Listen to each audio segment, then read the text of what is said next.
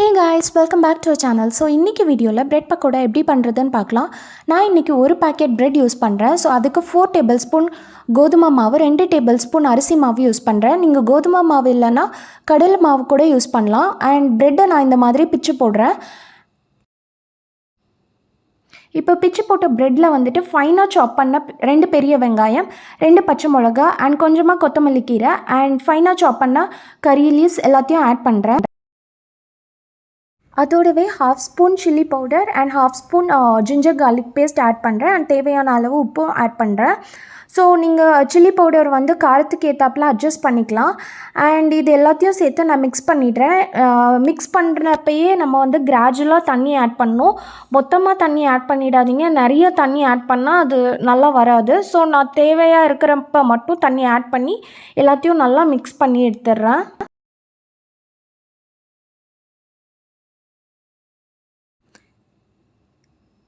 And இந்த சைடில் நான் பேனில் ஆயில் ஊற்றி அது ஹீட் ஆகுறதுக்கு விடுறேன். அண்ட் இங்கே நான் ப்ரெட்டில் வந்துட்டு ஒரு டொமேட்டோ ஆட் பண்ணுறேன். டொமேட்டோ ஆட் பண்ணும்போது நடுவில் இருக்கிற சீட்ஸ் எல்லாம் நான் ரிமூவ் பண்ணிட்டேன். இது டோட்டலாக ஆப்ஷனல் தான். உங்களுக்கு வேணும்னா ஆட் பண்ணலாம், இல்லைனா ஸ்கிப் பண்ணிக்கலாம். அண்ட் இதில் வந்துட்டு ஆயில் ஹீட் ஆனதும் இந்த ப்ரெட்டை வந்து நான் இந்த மாதிரி போட்டுடுறேன்.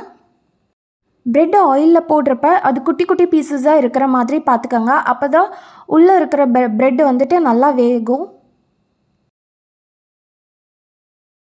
அண்ட் பக்கோடா ஒரு சைட் நல்லா கோல்டன் ப்ரௌன் ஆனதும் அதை நல்லா திருப்பி போட்டுடுறேன். ஸோ கம்ப்ளீட்டாக கோல்டன் ப்ரௌன் ஆனதுக்கப்புறம் திருப்பி போடுங்க. அதுக்கு முன்னாடியே நீங்கள் திருப்பி போடுறதுக்காக அதை டிஸ்டர்ப் பண்ணிங்கன்னா அது வந்து உடஞ்சிடும். ஸோ நான் 2 சைடுமே கோல்டன் ப்ரௌன் ஆனதும் அதை வந்து எடுத்துடுறேன்.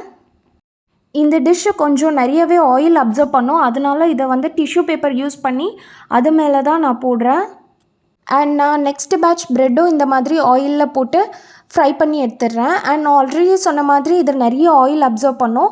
ஸோ நீங்கள் கம்மியாகவே ஆயில் யூஸ் பண்ணுங்கள். தேவைன்னா 2வது ஆயில் யூஸ் பண்ணிக்கலாம். அண்ட் நம்மளோட பிரெட் பக்கோடா ரெடி ஆயிடுச்சு.